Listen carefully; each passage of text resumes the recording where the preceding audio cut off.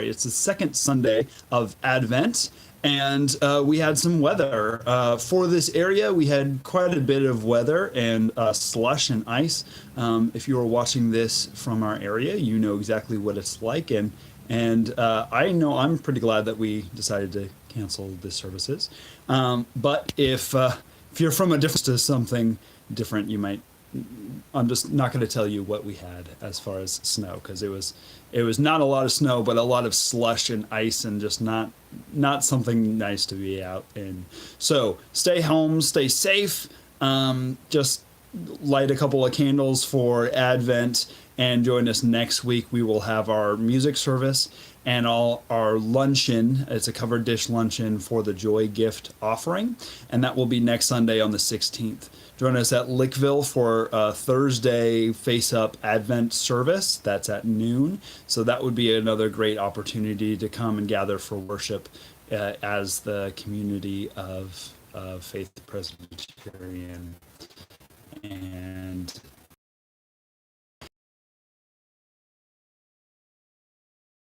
great thing to read on a snowy morning or afternoon.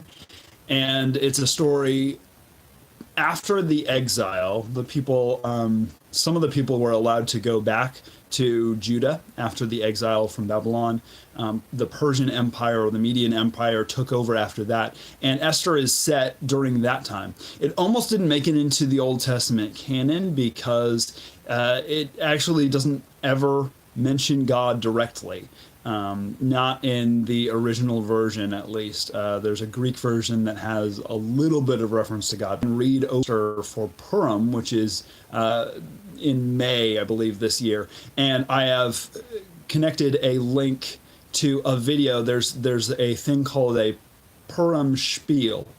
The story of Esther is who becomes queen. The king is kind of a doofus and not very good at anything. And there's this bad guy, Haman, who's just bad, and he wants to get rid of all the Jewish people because he's been slighted by Mordecai, Esther's uncle. And Esther realizes through Mordecai that she's in a position where she can actually do something. So the pericope for this morning was the Mordecai saying to Esther, hey, you need to do something about this. She goes, well, I don't know if I'm the right person to do it. And he's like, you're in the position where you could do something about it. And if you don't do something about it, surely God is going to bring some sort of redemption from some other quarter. But it's not going to be good for you. So the message was entitled, if not you, then who? If not now, then when? We have a rich history throughout Scripture of people not wanting to do what God wanted them to do, right?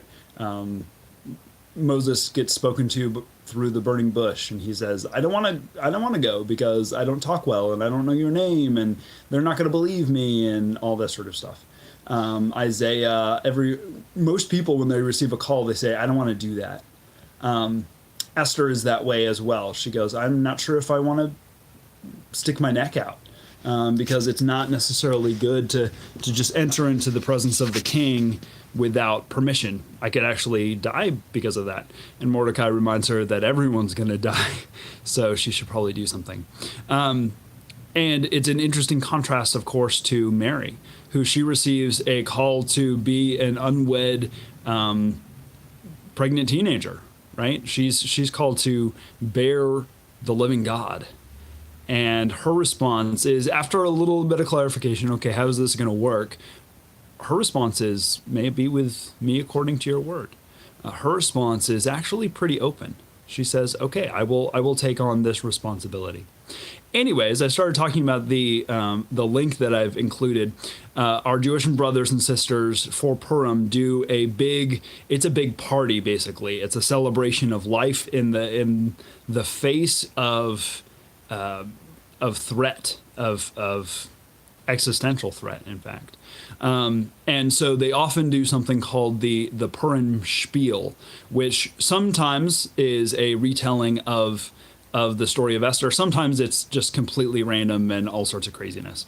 But I have included a link to a video that I came across this week of a Purim spiel that is amazing. It is a parody on the Broadway musical Hamilton, but it's the story of Esther, and it is quite good. I definitely encourage you to check that out as well. Anyways, stay safe, stay warm and dry. We've been out and made a little snowman, and Asher's taking a bath because he's quite cold now. But you just hang in there and enjoy this second Sunday of Easter, Sunday of Advent. I'm sorry. And yeah, have a very blessed day, and we'll see you next week. Again, next week is the covered dish luncheon for Joy Gift and the music service. Thursday is Face Up service at Lickville. Food Bank Monday morning, Tuesday afternoon, all that good stuff. Thank you for joining us today, and have a very blessed day. Thanks. Bye. How do I do this? How do I end this? It's the first time I've done it like this.